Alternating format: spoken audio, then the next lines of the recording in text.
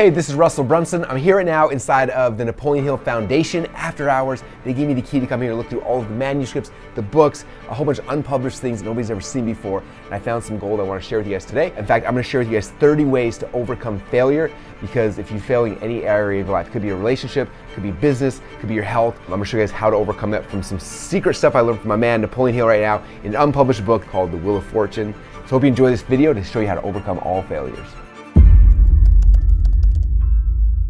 The first thing I want to show you guys, for those who don't know Napoleon Hill, he's written a lot of books, a lot of manuscripts. He's my favorite author. The most popular book he wrote is called Think and Grow Rich. He also wrote Outwitting the Devil, which is my personal favorite book. But this copy of Think and Grow Rich, I'm going to show you guys something really cool. He wrote this to a girl he met. She's one of his students in one of his classes he was teaching. Her name is Annie Lou Norman. And it said, with the author's best wishes and in recognition of her loyalty, initiative, ability, and sincerity, Napoleon Hill, 1941. But then, 2 years later, he actually married her. And then he re-signed it again and said, now she has the book and the author, 1943, for which he is grateful, Napoleon Hill. So he wrote this, signed it for initially when they were dating, and then again after they became married. So this copy of Think and Grow Rich is cool. And the reason I'm actually at the foundation right now is we're putting together a challenge called the Think and Grow Rich Challenge. I'm trying to find all the best stuff he ever taught. In fact, we found a bunch of videos of Napoleon Hill actually teaching this stuff. So during the challenge, people have a chance to watch the video footage of Napoleon Hill actually teaching these principles, which is cool. But anyway, what I want to talk to you today is about one of the manuscripts I found. It is so cool. One of the things you're gonna love in here. So this is a 2-book series that he wrote that never got published. The first one is called Hand of Destiny. If you're a member of Secrets to Success, I actually have the rights to republish this one. So a lot of you guys actually own a copy of the Hand of Destiny, which is a really great book that he wrote that's never been published until recently. But I found the second book here that I'd never heard of. It's called Wheel of Fortune. And this is another unpublished Napoleon Hill manuscript.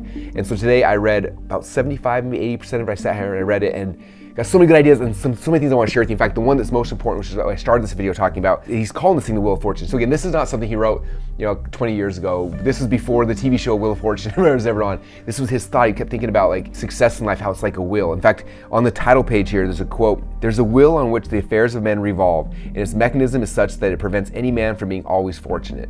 I read that, I was like, that's so fascinating, because we're always striving for success and achievement, right? And then as soon as we seem to get it, then it goes away again. And then we get it again and it goes away. And it's like he said, this wheel of fortune. So he's coming and going and coming and going. And so his whole book is talking about that. And part of it's telling his story of the ups and the downs of his own life, but then also all the people he interviewed. He got commissioned by Andrew Carnegie, who at the time was the richest man in the world, to go and spend 20 years writing the first ever philosophy on personal achievement. And he went out there and did that. And then from there, he wrote The Laws of Success. This is actually the original copy of the manuscript of Lesson 1 of Laws of Success, which I found here in the archives. If you open it, I don't want to break this thing from the early 1920s, in 1927, but this is the actual manuscript from the book set. It's insane. I don't want to bend the pages because this is something that could easily sell right now for $250,000 online. So I don't want to ruin it. It's very precious, but anyway, kind of a cool artifact I found here as I was going through things. So he wrote these laws of success. Basically, there's 17 laws of success. Later, he shrunk them down into a book called Think and Grow Rich, which was specifically for entrepreneurs. He wrote another one called How to Raise Your Own Salary, which is for people who had jobs who wanted to raise their salaries. And he's rewritten the book multiple different times in different ways, all coming back to these same principles of success. Again, he's my favorite author. And in this book, Wheel of Fortune, there are a bunch of really cool things that I got from here that I think would be really valuable for you guys today. So I took notes on where they were. The first one here is on page 25. And in this, he's having this conversation with Andrew Carnegie, again, who was the richest man in the world at the time. Andrew Carnegie is about to give him this commission to go write 20 years of his life studying achievement and success and trying to figure out all these different things. And Carnegie says this quote that I read today. I was like, this is the cool thing. And this is one of the keys to being successful, keeping yourself out of that loop of success and failure, success and failure. So Carnegie said, life is just one continuous series of opening and closing of doors. And if we make life a success, we become proficient at both the closing and the opening of doors.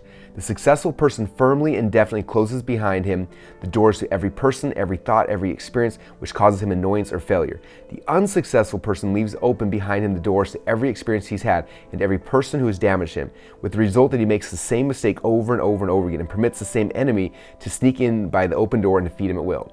So my thought for you is think about this, if something bad happens, it could be a bad relationship, it could be a bad person, it could be a bad thought that keeps entering your mind, right? So successful people are good at shutting those doors and keeping those things away, where unsuccessful keep them open so they keep kind of lingering in and keep coming in. Because some areas of my life I'm really good at nope, shutting the doors. In other areas, I leave the door open. I'm curious for you, like, what is it, what are the ones that you struggle with? You keep that door open when you know you should be shutting it. Then he goes on and talks a little bit more about this. He says, successful people do two things. They do them definitely and immediately when the need arises. They close behind them the doors of all negative people and influence, including the stray negative thoughts which slip into one's mind uninvited. And they fasten the doors tightly so they are free to turn their attention ahead of them, where they have free hand to open the doors of opportunity as they come to them. You see, the successful person must be a good door closer as well as a good door opener. The failure either leaves all the doors open behind him, or in extreme cases of habitual failure, he actually stands with his foot in the opening, so not even a chance or luck can close the door behind him. Of course, he cannot open the door of opportunity because he's too busy holding the door of failure through which he has just passed. Oh, it's so fascinating. So I was thinking about this, like, if I want to get off this wheel of fortune that keeps happening, right? We have to be good at closing doors behind us on negative thoughts, negative people, negative emotions. And it's hard, right? Sometimes, especially hard when it's like people you love or people you care about. But having us have someone in your life who is the negative force keeps pulling you back down, right? Someone you love, someone you care about. It's like, how do we close those doors so those negative thoughts aren't holding us back? As long as that negative door is open, people can slip in, ideas can slip in, and it keeps you from moving forward. I love the analogy where he's like, if you got a foot, holding the door open, you can't reach for the opportunity to open the new door because you're so focused on keeping the other door closed. A lot of people talk about, let the dead bury its dead. Yesterday's gone forever, slavery today. Burn your bridges behind you and turn towards the future. Like, those are the things he's talking about to get us out of it. So that's my first kind of big nugget I got from here as I was reading for all of you guys. For me specifically, which is, okay, think about the things that are holding back. I need to close those doors and close those doors. All right, I got some more cool stuff, but before we do, you guys want to see some more cool Napoleon Hill things? Okay, right here, this is actually Napoleon Hill's pen. If you ever look at like when Napoleon Hill signed most books, it was in green ink, and this is the actual pen that he would use, he carried with him to sign all of the books and stuff. So this is his actual pen, which is kind of cool. Another cool artifact I found here at the foundation was Napoleon Hill's glasses. If you've ever seen pictures of him, these are the glasses he wore everywhere. What's crazy about it is look how small these things are. His head is like 1/3 the size of mine. Like, my head is huge. And one other cool Napoleon Hill artifact I found, if you don't know Napoleon Hill, one of his laws of success is the golden rule, which is do unto others as you would have them do unto you, right? And what's crazy is that almost every religion has a version of the golden rule. And back then in the early 1900s, everyone was talking about the golden rule. For some reason nowadays, we don't talk about it, we don't discuss it, no one ever mentions it, it feels like. Yet for them, it was such a big thing. In fact, before he wrote Laws of Success, he launched a magazine called Hill's Golden Rule. He published it for a year and 8 months. I happen to have every single copy of the magazine because I'm kind of a nerd. But anyway, he was obsessed with the golden rule. It's one of his laws of success, went over and over and over again. And the other thing I found is this golden ruler. How cool is this? It's the golden rule. It's really, really heavy. It has his initials, NH, Napoleon Hill. So not only was he obsessed with the golden rule, he had his own golden rule that he had to keep him on the straight and narrow. So I thought that was kind of cool. So all of us, we got to remember the golden rule. Remember to do unto others as you would have them do unto you, because that solves almost all of the problems, which is really fascinating. Okay, on page 29, he's talking about, again, one of his favorite laws, my personal favorite law that Napoleon Hill talks about is called definiteness of purpose, which means you know exactly the thing you want, right? Like, I want to win a 2-comma award, I want to get healthy, I want to win a state title, I want, like, we know exactly what it is, right? We're very specific. And so he talks about that a lot. And in here he says a really cool quote. He says, men who know exactly what they want and are determined to get it seem to tune into some supernatural power not available to those who drift with time and with circumstances. This is when you pick that thing, that here's the definite purpose I want. He's like, everything else falls away. Like, it becomes a supernatural power. Your brain starts figuring, how can I get that thing? How can I get that thing? It's fascinating when I meet people the first time, they ask me how to be successful. And the first things they ask, like, what do you want? And most people don't know. They're like, I want to be more successful. I want to make some more money. I'm like, no, it's a purpose, but it's not a definite purpose. Like, what is the thing you actually want? Like, all the things in my life that I had success with because I knew exactly what it was, right? I want to be a state champion. Like, it was a definite purpose. I knew exactly when it was. Not only what it was, but when it was. I want to be a state champion by the time my junior year in high school. Boom, I hit it, right? When I got into business, I want to make $1 million in a year. It took me a couple of years, and I hit it. I was like, I want to make 10 million a year. Then I hit it. I want to make 100 million a year. I hit it, right? But it all came back to, like, having a definite purpose. And so it's kind of a fascinating thing. So you talked about that, like, when you have a definite purpose, it says you seem to tune into some supernatural power not available to those who drift with time or circumstance. I thought that was really, really cool. Okay, the next thing I want to share you guys is, this was Andrew Carnegie, who again was the richest man in the world at the time. This was his list. As he was talking to Napoleon Hill, he had a list of the major causes of failure. And I was reading through this, I was like, oh my gosh, if people understood this and really start thinking about, like, why they're not successful, it almost always ties to one of these causes. And I wanted to create this video for those who are struggling with anything, right? It could be business, could be health, could be relationships. We're struggling. And we start understanding, like, what are the causes of failure? And you start fortifying yourself against those things. That's what helps you be more successful. So I'm gonna go through this list with you guys. That was really cool. So the very first thing in the list that causes failures, he calls it the habit of drifting with circumstances without a definite aim, plan, or purpose. And we just talked about that, right? Napoleon Hill talks about people who are driven, who have a definite purpose, versus people who drift. And drifting is just, I think about it like this. He talks about it in Outwitting the Devil, he calls it hypnotic rhythm, where you're just kind of in this like drifting thing where you're just bumping around, you're not doing anything, there's no forward momentum in your life, right? If you're failing life, it's probably because you don't have a direction you're going, right? That's number one. Okay, number two is unfavored physical hereditary foundation, which no man can control. So that one's kind of tough. Basically, you have hereditary, it doesn't allow you to be successful. So we can't do anything about number two, so we're not gonna worry about that one. Number three, a lack of definite major purpose as a life goal. Okay, it comes back to the opposite of drifting, which is actually having the definite purpose. Or number four, inadequate schooling in and out of schoolroom, right? So people who aren't learning enough. A lot of people have problems, but they're not trying to find the answers. They're not reading books, listening to podcasts. Like they're just like, I have this problem, and they kind of get stuck in this motion, right? Like if you want to have success in something, you have to get the education. I'm not talking about necessarily school. I'm not a huge fan of the school system, but becoming self-educated, finding those things and getting the schooling, self-education, right? Number five is lack of self-discipline, generally manifesting itself through excesses in eating, drinking, sexual relationships, and indifference toward opportunities for mental development. So they don't have self-discipline, means that they're just doing the things that give them pleasure immediately as opposed to working towards the thing that give them long-term fulfillment. Okay, there's always this fight between pleasure and fulfillment, right? Where you get the reward without the work. When people just look for the reward, like what's the quickest way for me to get the reward without actually putting in the work, that's when you don't feel fulfilled. That's when your life becomes a failure. It's that transition to fulfillment and transition towards doing the actual work to get yourself the reward, which is kind of fascinating. And number six, lack of ambition to aim above mediocrity in choosing an occupation. So just like, I'm just gonna do whatever I do. Like don't be mediocre in choosing your profession. And number seven, ill health, generally due to wrong thinking and improper diet.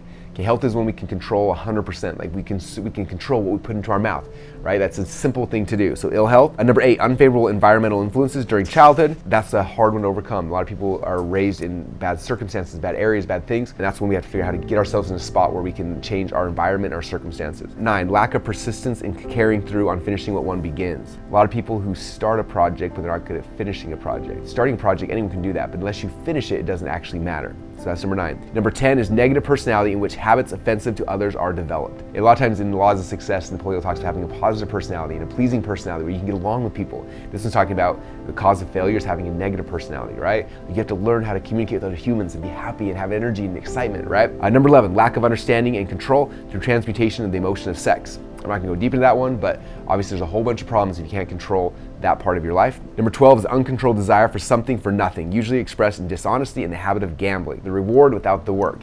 Like gambling is all about how do I shortcut things? How do I get the reward without actually doing the work? And so gambling is another one that causes failure. Number 15, lack of the habit of reaching decisions promptly and firmly. If you can't make decisions, you're gonna struggle in life, right? We have to learn how to be able to say, okay, two options, which one looks the best, and take it, right? Learning how to make decisions is one of those powerful things you can do to keep you from failure. A lot of people sit in their life drifting for so long because they're too scared to make a decision and they never get out of it. And not making a decision is always the worst of the decisions, right? So you have two decisions, but you always actually have a third one, which is doing nothing. And a lot of people default to the third. Okay, let's keep going. You guys having a good time so far? You learned some cool Napoleon Hill stuff from an unpublished manuscript. This is insane. Okay, and this is stuff that Andrew Carnegie literally taught to Napoleon Hill, which makes it just that much cooler. The richest man in the world's like, this is the reason why people fail.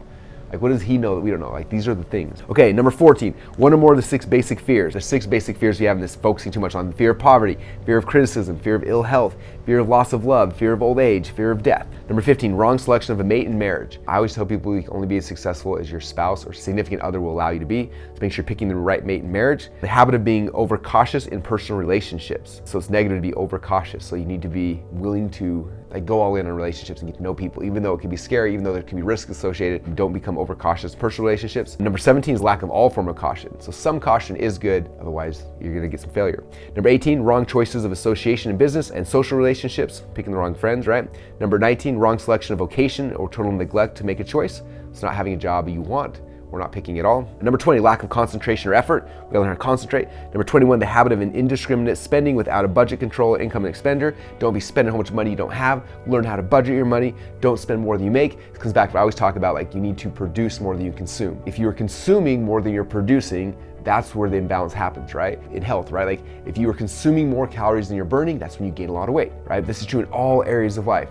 If you are consuming, so spending more money than you are producing, than you're making, that's when you get into debt. People always ask me, Russell, how do you get rich? I'm like, you have to learn how to produce more than you consume. Like, what do you mean? How much money does it cost you to live? Like $2,000 a month. Like, that's how much you're consuming. So you gotta learn to produce enough value, right? If you're only producing $2,000 a month of value, then you're only gonna make $2,000 a month. You learn how to produce $10,000 in value a month and you're only consuming $2,000, that's when you start making profit, right? You get to the point where you're producing $100,000 a month in value or $1 million a month in value, that's where you get rich, right? So learn how to produce more, you consume, which comes back to what this talked about here. 23, which is lack of controlled enthusiasm. You gotta be excited, but be controlled with it. Number 24, intolerance, a closed mind based particularly on ignorance or prejudice in connection with religious, political, or economic subjects. So be tolerant of other people, not intolerant. We got a few more, you guys. Number 25, inability to neglect or cooperate with others in a spirit of harmony. Number 26, a possession of power not acquired on merit. Rich men's children, for example. So again, if you didn't earn it, if you're getting the reward without the effort. Number 27, lack of the spirit of loyalty based on intentional dishonesty. You gotta be honest in all your dealings. Number 28, egotism and vanity are not under control. Number 29, the habit of forming opinions and building plans based on guesswork instead of organized facts. And the last one is lack of insufficient imagination to recognize favorable opportunities, and then self-reliance to brace them if and when they are recognized. So if you are struggling with failure, it's probably one of those things. Like, go back through that list and start looking, what are the things I'm struggling with? Like, wow, I am consuming more than I'm producing. Wow, I am not having concentrated, focused effort. I have no definite purpose. I am drifting. Like, all those things are signs of the things that are keeping you from the thing that you desire the most. And again, it's all here inside this book, Wheel of Fortune, which is so cool. Like, how do we get off of this Wheel of Fortune that goes up and down, up and down? Okay, I think I have one last thing I want to share with you guys, maybe two. So one of them is the quote that Andrew Carnegie gave Napoleon Hill as a definition of success. And I'm always looking for this because everyone has their own definition of success. For me, my definition is success equals achievement plus fulfillment. I like to be successful, you have to have these two things, like the thing that you're trying to achieve and strive towards plus fulfillment. Like when you have both those things, that's when you're successful. Earl Nightingale's got a whole different definition of success. And this is the one that Andrew Carnegie gave Napoleon Hill, which was cool. He said, success in the broad sense of the word is the power with which to acquire what everyone wants in life without violating the rights of others and remaining in good terms with your own conscience. So I thought that was kind of a fascinating thing. A couple other cool things he talked about. This is another great Napoleon Hill quote he got from Andrew Carnegie. He talked about failure, right? We get these failures, but he said, if you look at it, he says, every failure brings with it the seed of an equivalent advantage. So when you have a failure that's coming to you and it's like you get that thing, it also comes with the seed of equivalent advantage. One of my favorite stories about this from my life, 12, 13 years ago, I had built a company. We had about 100 employees at the time. It was growing and it was like everything was working well, and literally almost overnight, everything collapsed. Like we lost our merchant accounts. I had employees walk out of me, everything, and I went from having 100 employees to shrinking down to about 5.